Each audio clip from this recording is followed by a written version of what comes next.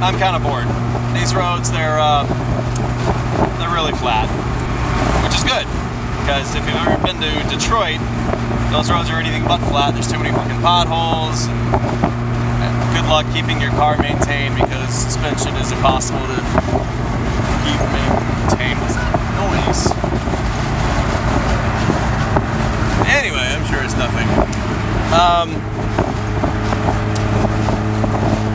So yeah, this is somewhere between Chicago and Des Moines. Not sure if I'm in Illinois or Iowa, although I seem to remember Des Moines being like on the border, so I'm probably in Illinois. And anyway, so I made this trip last year. The major difference this time is that last year I drove from Detroit through Ohio, down through Fort Wayne, Indiana, St. Louis, Missouri, Columbia, Missouri, Kansas City, Kansas, Colorado Springs, Colorado, Aspen, Colorado, St. George, Utah, through the top corner of Arizona down to Las Vegas, and then on the way back I drove up from Las Vegas to St. George, then to Salt Lake City, then all the way across Wyoming, almost until Nebraska, but then I went south through Denver back to Colorado Springs, then went from Colorado Springs to Omaha, and then from Omaha to Des Moines, Des Moines to Chicago, Chicago to Detroit. This year, I'm going from Detroit to just south of Chicago. Basically, the first big city I'm actually hitting is Des Moines. Seriously, what is that? There's something in the back of my car that just sounds like a small piece of metal dinging around, and I have no idea what it is. It's probably irrelevant. I don't know.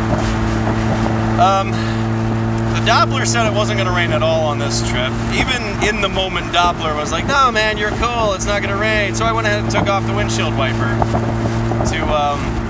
to help improve my fuel efficiency via wind resistance. And sure enough, it rained a few times, only for a minute here and there, but still, it's like, come on, Doppler. Oh well. I'm on the smoothest road ever. It was just freshly paved asphalt. I'm behind a semi, that's why you hear the turbulence through the window rather than a consistent noise. Hell, you probably can't even hear me at all. And let's see what else. Beautiful day out. It's freaking gorgeous. A little bit on the humid side, but that's what we get for being up north with all these deciduous trees and it not being fall yet. All these bodies of water just sitting there. It's a pretty landscape. There's some really old barns that look like they haven't even been touched for 100 years. Cops are out in full force because, oh yeah, it's Labor Day. I totally forgot about that. Let's see what else. I don't know. The car's behaved perfectly so far. It's never gone above 170 degrees coolant temperature. That's great. Oil pressure is fine. I just did an oil change just before the trip. Probably, what was it, Thursday night?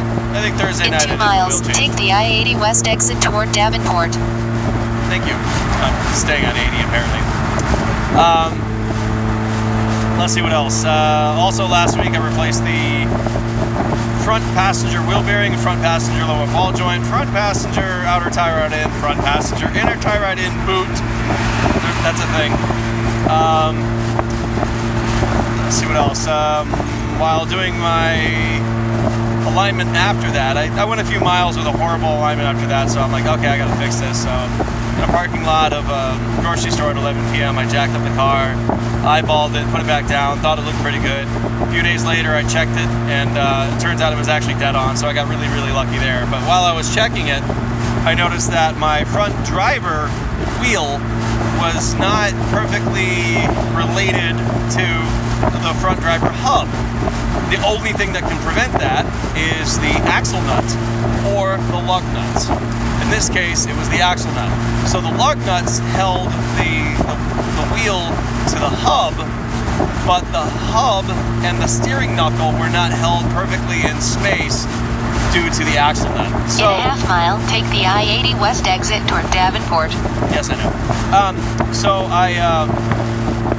I took the axle nut off, used another nut of the exact same thread, M24 by 1.0, I think,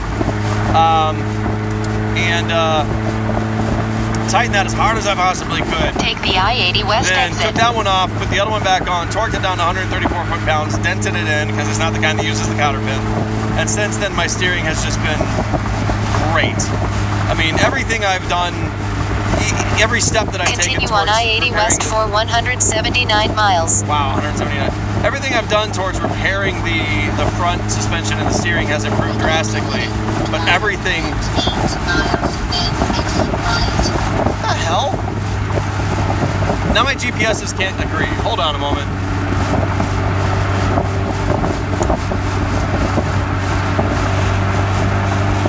Stop. I pressed stop. I swear I pressed stop.